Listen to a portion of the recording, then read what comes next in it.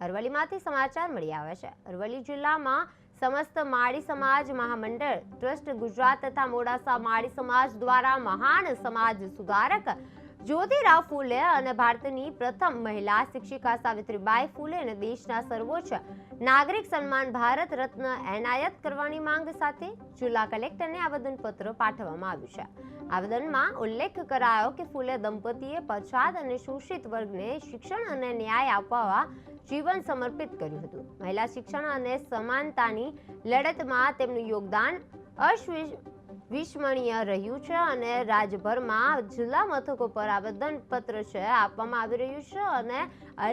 અરવલ્લીમાં પણ આ માંગ ઉઠાવવામાં આવી રહી છે। હું ડૉક્ટર વાસુદેવ રામી, ટ્રસ્ટી ગુજરાત સમસ્ત રામીવાડી સમાજ અને એના દ્વારા આજે સમગ્ર ગુજરાતની અંદર દરેક જિલ્લા સેન્ટરો પર માનનીય કલેક્ટરશ્રી દ્વારા ગુજરાત સમસ્ત રામીવાડી સમાજના આરાધ્ય એવા જ્યોતિરાવ ફૂલે અને સાવિત્રીબાઈ ફૂલે એમના મરણોત્તર ભારત રત્નનો એવોર્ડ મળે એટલા માટે દરેક જગ્યાએ આજે માનનીય સરકારશ્રી દ્વારા અમે રજૂઆત કરી પહોંચાડીશું અને એમને ભારત રત્નનો એવોર્ડ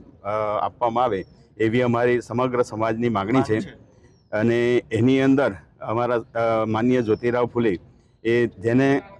માનનીય બાબા સાહેબ આંબેડકર પોતાના ગુરુ માનતા હતા અને જ્યોતિબા ફૂલે કે જેમણે અમારા જે આખા સમાજમાં અને બાકીના પણ સમાજની અંદર એ પ્રથમ મહિલા શિક્ષિકા હતા અને એમને પણ જ્યોતિબા ફૂલેની સાથે સાથે એમણે અમારા સમાજ માટે અને સમગ્ર દેશની બહેનો માટે ખૂબ મહત્ત્વનું કામ કર્યું છે અને સમાજને આગળ લાવવા માટે, સમાજની બહેનોને પગભર કરવા માટે, એમને શિક્ષિત કરવા માટે એમણે ખૂબ મહત્ત્વનું કાર્ય કર્યું છે કે જ્યારે કોઈ પણ સમાજમાં આ રીતે શિક્ષા બહેનો દ્વારા મળવી બહુ અઘરું હતું। શિક્ષા મેળવી શકતા જ નહોતા, શિક્ષણ મેળવી શકતા જ નહોતા અને જેના કારણે અભણતાના કારણે ઘણા બધા પ્રશ્નોને એમને સામનો કરવો પડતો હતો। માનનીય જ્યોતિબા ફૂલે દ્વારા સાવિત્રીબાઈ ફૂલેને શિક્ષિત કરવામાં આવ્યા અને એમના દ્વારા એમણે સ્કૂલો ચાલુ કરી। આખા ભારતની અંદર 17 સ્કૂલો એમના દ્વારા ચાલુ કરવામાં આવી, અનાથ આશ્રમ ચાલુ કરવામાં આવ્યા અને એ વિવિધ પ્રવૃત્તિ દ્વારા બહેનોને પગભર કરવાનું, સમાજને પગભર કરવાનું, સમાજના લોકોને આગળ લાવવાનું કામ